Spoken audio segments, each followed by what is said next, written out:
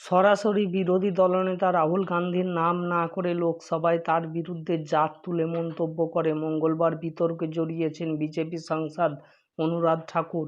এইবার সমাজ মাধ্যমে অনুরাগের সেই বিতর্কিত বক্তৃতা সমর্থনের অভিযোগে প্রধানমন্ত্রী নরেন্দ্র মোদীর বিরুদ্ধে সংসদে স্বাধিকার ভঙ্গের অভিযোগে নোটিশ দিল কংগ্রেস।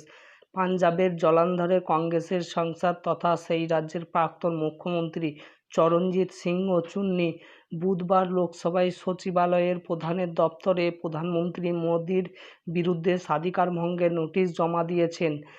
নোটিশে চুন্নি লিখেছেন, মঙ্গলবার স্পিকারের নির্দেশে সাংসদ অনুরাগ ঠাকুরের বক্তৃতায় কিছু অংশ সভার কার্যবিবরণী থেকে বাদ দেওয়া হয়েছিল, কিন্তু প্রধানমন্ত্রী মোদী ও অনুরোধের অস্পন্দিত বক্তৃতায় পুরো ভিডিও সমাজ মাধ্যমে পোস্ট করেছেন। চুন্নির অভিযোগ, প্রধানমন্ত্রীর এই পোস্ট স্পষ্টতই স্বাধিকার ভঙ্গের ঘটনার প্রসঙ্গত এর আগে 2023 সালের মার্চে বাজেট অধিবেশনের প্রথমার্ধে রাষ্ট্রপতির বক্তৃতা নিয়ে আলোচনার সময় প্রধানমন্ত্রী বলেছিলেন, আমি বুঝতে পারি না নেহরু পরিবারের উত্তরপুরুষেরা কেন তার পদবীর ব্যবহার করেন না।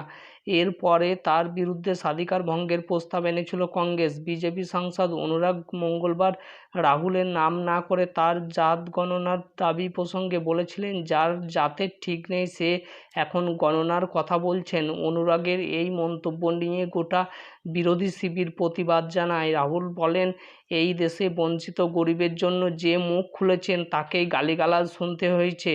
আপনারা আমায় যত অপমান করুন আমি ক্ষমা চাইতে বলবো না, কিন্তু এই সংসদে জাত গণনা পাস করিয়েই ছাড়ব।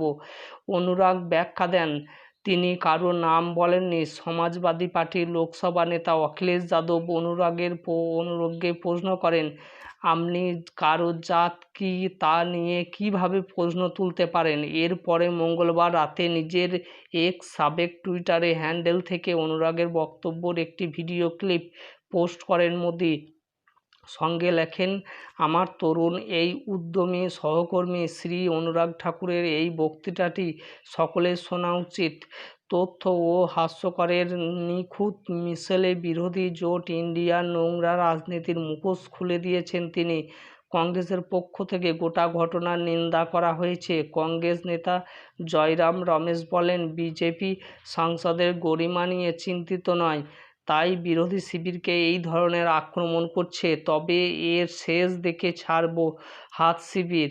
যদি নিজের দলের একজন সাংসদ ভুল করেন তাহলে সেটা শুধরে দেওয়াও তাদের নেতাদের কাজ, কিন্তু তিনি তা না করে তার পাশে থেকে তাকে সমর্থন করছেন। বিরোধী দলনেতা হিসাবে রাহুল গান্ধী দায়িত্ব নেওয়ার পর থেকে তাকে নানানভাবে অপমান করছে, তবে এবার চুপ করে বসে থাকবে না। এর জন্য কংগ্রেস যা করার তাই করবে। বিরোধীদের পক্ষ থেকে বারবার দাবি করা হচ্ছে জাত ভিত্তিক জনগণনা করার, সেই দাবি খারিজ করে দেওয়া হচ্ছে সরকারের পক্ষ থেকে। গত 10 বছর কোনো জনগণনা হয়নি। বাজেট অধিবেশনেও বিরোধীদের পক্ষ থেকে সেই দাবি তোলা হয়েছে। সেই প্রসঙ্গ টেনে রাহুল গান্ধীকে নিশানা করেন মন্ত্রীর বক্তব্যের মধ্যেই রাহুল গান্ধী উঠে দাঁড়িয়ে বলেন, আপনি যত খুশি আমাকে ব্যক্তিগত আক্রমণ করতে পারেন, কিন্তু মনে রাখবেন এই সংসদে জাত ভিত্তিক জনগণনা বিল আমরাই পাস করব।